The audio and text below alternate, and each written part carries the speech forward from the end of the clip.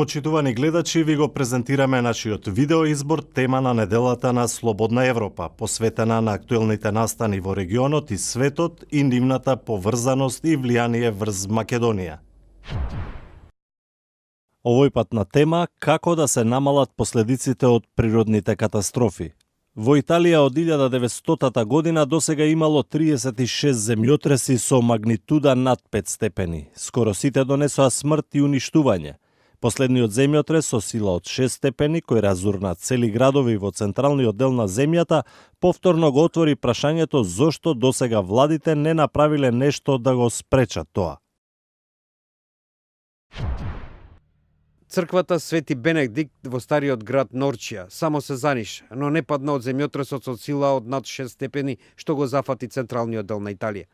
Само 24 километри подалеку, во Аматриче, град во кој има 100 цркви, историскиот центар беше срамнет со земја, а ниту едно свето место не остана цело.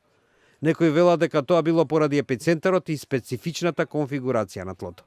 Сепак, повеќето сметаат дека живописната Норчија била зачувана поради тоа што постојано инвестира во сеизмичка заштита на куќите, за разлика од соседното Аматриче. Она што ги загрижува експертите е тоа што Норчија е исклучок, а не правило во Италија, каде што повеќето од зградите се направени пред еден век, многу пред да бидат воведени асеизмичките стандарди. Прашањето е дали ова многу задолжена земја има пари и волја да инвестира во заштитата од природни катастрофи. Италија може да очекува земјотрес со сила од над 6 степени во просек на секои 15 години. Тоа треба да биде потик за сеизмичка заштита, односно заштита на граѓаните, оценува Фабио Торторичи, шеф на Италијанскиот геолошки институт, додавајќи дека 2/3 од италијанските општини се наоѓаат во трусни подрачја. Во Италија од 1900 година досега имало 36 земјотреси со магнитуда над 5 степени. Скоро сите донесоа смрт и уништување.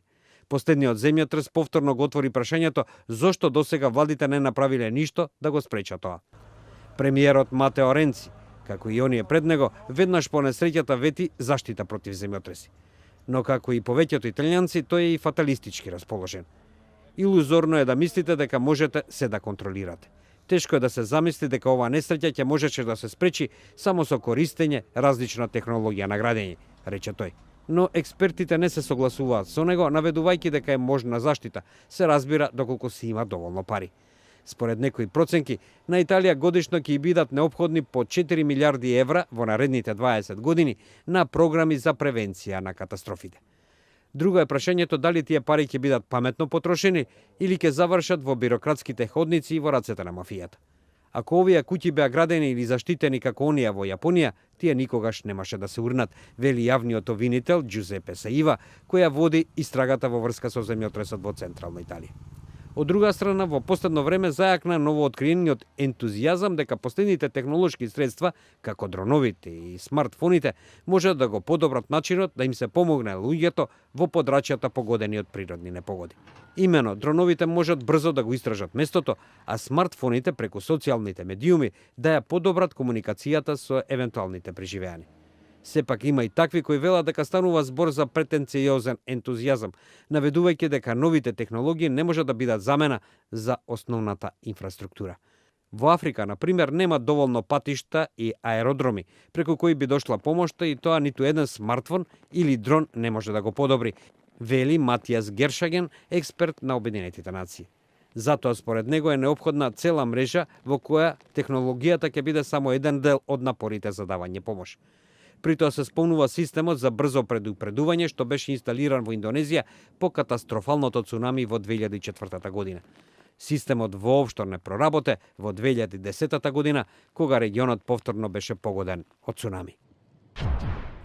Тоа беше прилогот од студиото во Прага. Нашиот неделен видеоизбор го продолжуваме со информација и реакција на истата тема од Скопје.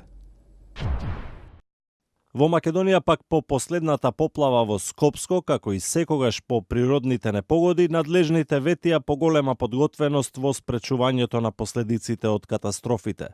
Според експертите, најважно е властите да ги почитуваат и да ги спроведуваат меѓународните стандарди за превентива од непогоди. Помина повеќе од 1 месец од поплавите кои го погодија Скопско, најголемата елементарна непогода со која се соочи Македонија по катастрофалниот земјотрес во 1963 година. Водата однесе 22 животи и причини материјални штети во вредност од стотици илјади евра. Погодените од поплавите останаа без своите домови и автомобили, а некои семејства и без своите жени, деца и родители.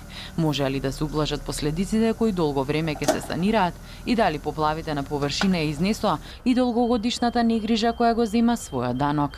Секако дека можеа да се ублажат последиците од поплавите и тоа драстично, смета универзитетскиот професор Ивица Милевски, бидејќи количеството на врнежи од 90 до 95 мм во рок од 4 часа е голема вредност, но во светот постојат различни решенија и што е уште потрагично, во 60-тите и 70-тите години на минатиот век во Македонија се правеле напори за спречување на такви последици. Според него по поплава од ваков вид тешко е да се направи нешто во намалување на штетите, загрозеноста и ризиците, туку потребно е преземање на превентивни мерки.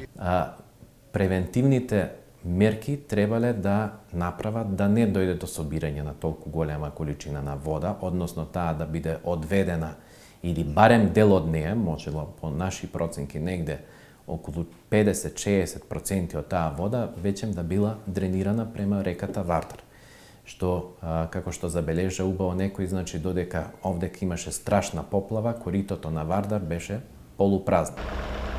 Жителите на Стајковци, кои беа едни од најпогодените, вела дека не е прв пат нивните домови да бидат поплавени. Па јас сум 5 пат поплавуван и нема водата кај да иде. Улична атмосферска ова одвод немаме, да. И затоа викаме тоа е проблематично, да. Сега имало некојаш 30-50 сантима метро и така натаму, да. Сега ова беше најстрашното до сега. Било кога и да врне, нас мора да не поплави. И не е прв пат тоа, ова сме више по 4-5 пат поплавувани. Само што ова више не беше поплавено, а беше страшна работа. Ние сме поплавувани до некој си 80 сантима. Ќе влезе вода, ќе истераме коли на улица, ќе спасиме нешто. Сега немаше спас, не можеш ни коли да истераш ни ништо. Милевски додава дека главната причина за поплавите е неодржувањето на каналите, како и неодговорноста на државните институции и немањето јавна свест во каналите да не се фрла, смет и шут. Според него во иднина треба да се почитуваат препораките за Македонија да може да се справи со елементарните непогоди.